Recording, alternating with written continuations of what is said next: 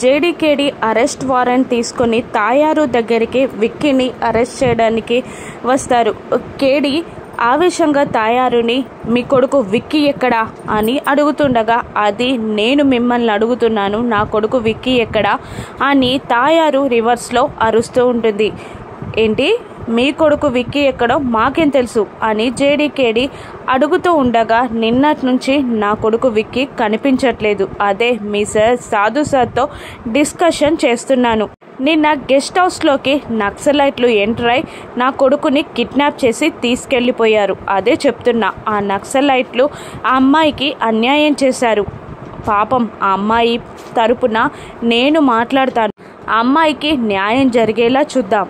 ఆ దుర్మార్గులు నక్సలైట్లని మాత్రం ఊరికే వదలకూడదు అని తాయారు కళ్ళబొల్లి మాటలన్నీ మాట్లాడుతూ ఉంటుంది. ఇక జేడీ ఇలా చెప్తూ ఉంటుంది. ఓకే మేడం, ఆ నక్సలైట్ల నుండి విక్కీ బాబుని కాపాడే బాధ్యత మాది అనగానే తాయారు ఊపిరి పీల్చుకుంటుంది. కానీ మేము కాపాడే లోపే ఆ నక్సలైట్లు విక్కీని చంపకూడదని ఆ దేవుణ్ణి మీరు ప్రార్థించండి అని ఎన్కౌంటర్ చేస్తామని ఇండైరెక్ట్గా చెప్తుంది జేడీ. ఆ మాటలతో తాయారు వణికిపోతుంది. ఇక విక్కీని ఎలా ఎన్కౌంటర్ చేస్తారో జేడీకేడీ రానున్న ఎపిసోడ్స్లో చూద్దాం. Thank you for watching.